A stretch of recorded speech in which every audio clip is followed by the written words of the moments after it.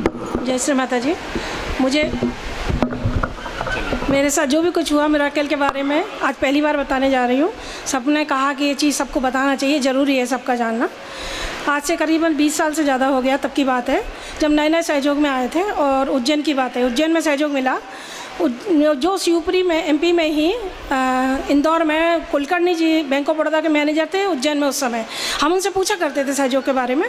तो सब लोग 21 मार्च को माँ की पूजा अटेंड करने उज्जैन से पहली बार जा रहे थे।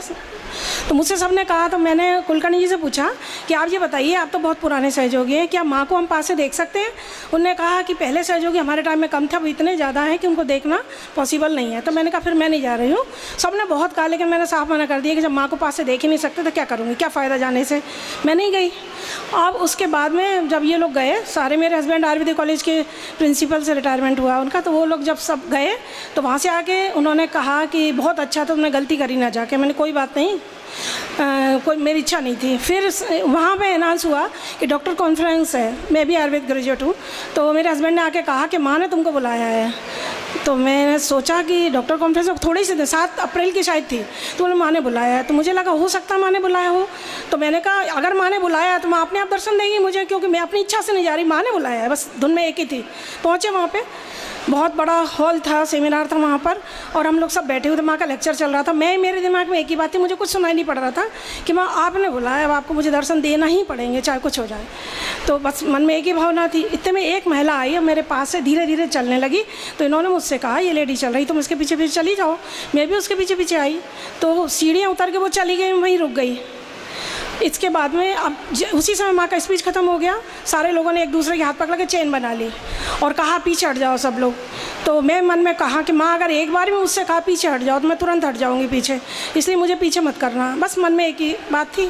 तो मुझे किसी ने नहीं कहा पीछे हटने का। देखा माँ का स्पीच ख़त्म हो गया, माँ सीढ़ियों से धीरे धीरे उतर रही थी। मैं देखती रही और जहाँ मैं सीढ़ियों के पास खड़ी थी उधर ही की तरफ आ रही थी। मेरी हृदय गति, हार्ट बीट बहुत ज़्यादा बढ़ गई। कह रही तो माँ तो मेरे सामने ही आ रही है।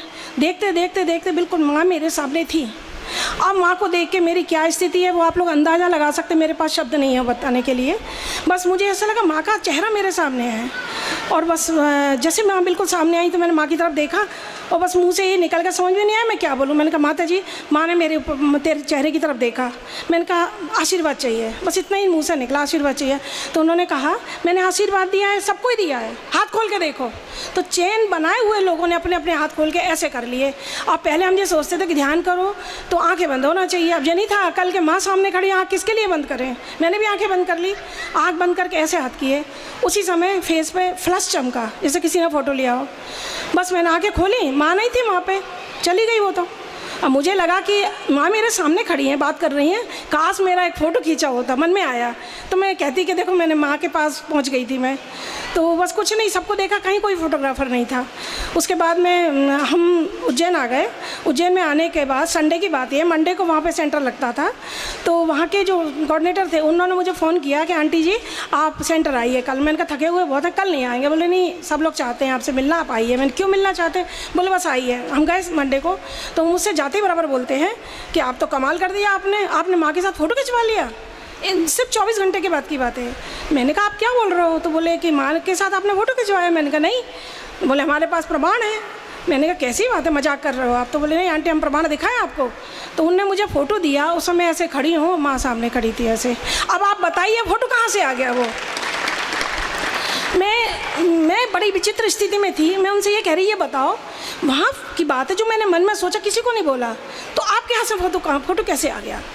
बहुत पूछा, तब बहुत देर तक परेशान, पहले मैं होती रही, नहीं बताया। फिर बताते, अब बताता हूँ कैसे आया फ़ोटो।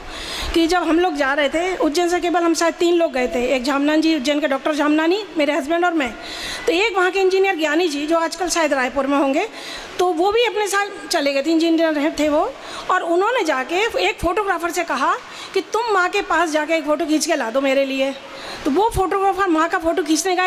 इधर मेरी इच्छा हुई काश मेरे पास माँ के साथ फ़ोटो होता। उसने फ़ोटो खींचा, उसमें वो फ़ोटो आ गया। अब वो उसने लौटा दिया उनको कैमरा। वहाँ उन्हें रील जाके अर्जेंट में धुलवाई, उसमें मेरा फ़ोटो निकल पड़ा। क्या कहेंगे इसे आप?